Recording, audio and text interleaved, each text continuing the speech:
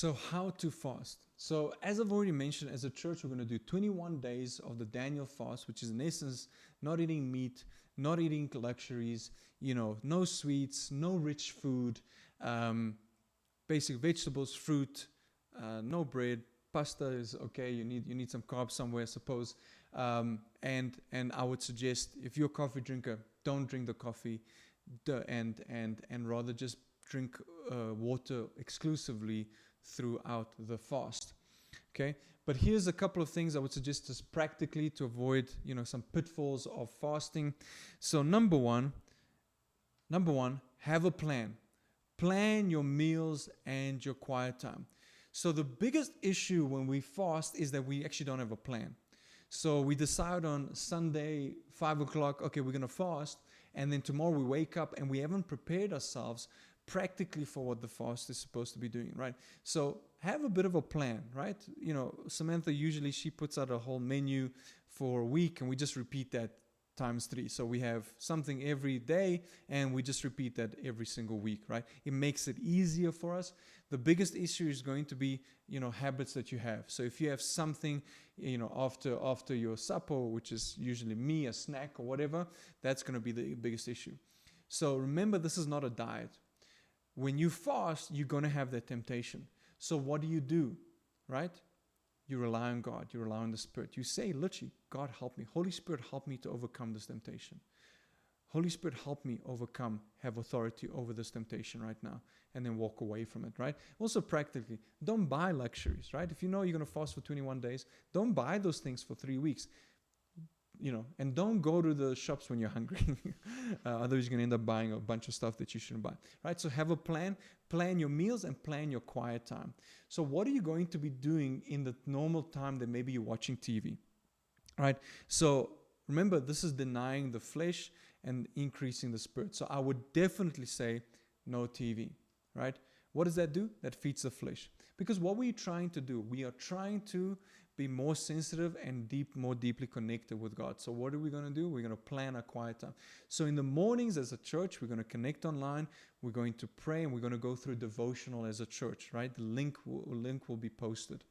So there's a devotional, 21-day devotional. But I'd encourage you to decide to read a specific book of the Bible for your own time, right? In the evenings, or read a really good book, okay? Read a Christian book, read a biography. You can even read another book, right? But feed yourself apart from just kind of numbing the experience of the day. So you got to have a plan. So plan your meals and your quiet time. Replace your usual phone, TV habits with reading of the word, worship, and prayer. So use this time as a way to cultivate the presence of God in your household. Use it as a way to cultivate the presence. So put on worship, right? Put on worship music and make it a family thing, right? If you have kids, I want to say to you, explain to your children, listen, we are fasting. And the reason why we are fasting is 1, 2, 3, 4. So here's what we're going to do, right? You might even want to change their meals. If not, that's fine. But if you're going to have worship time, have it as a family. Spend 15, 20 minutes just worshiping. Switch the TV off. Put on a worship song, right?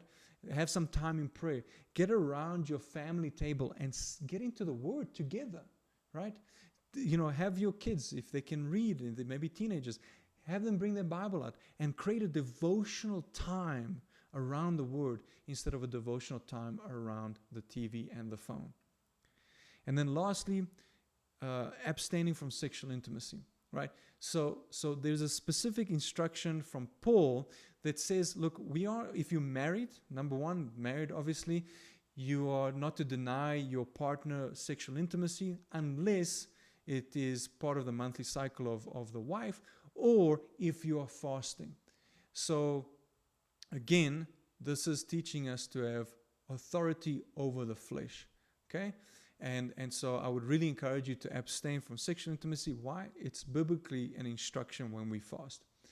Last thing I want to say to you, you're denying your flesh, so your flesh is going to start acting up quite a bit in the first couple of days. Why?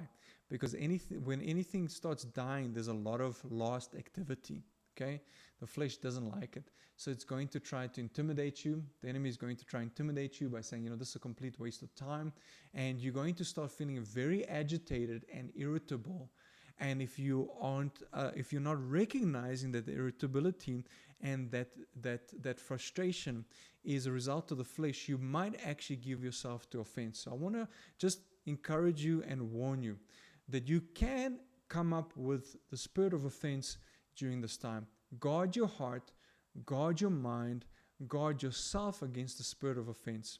Okay? Because the flesh wants nothing more than for you to get frustrated and irritated with the people around you and give into that. Okay? And then lastly, you're going to be a bit fatigued the first few days. Usually for me, I know the first 3 days are really kind of challenging, but the fourth, fifth day, you start to kind of get into a little bit of routine. Weekends are a little bit of a challenge, so come up with a plan of how you're going to handle that. Okay? But remember the reason why you're fasting.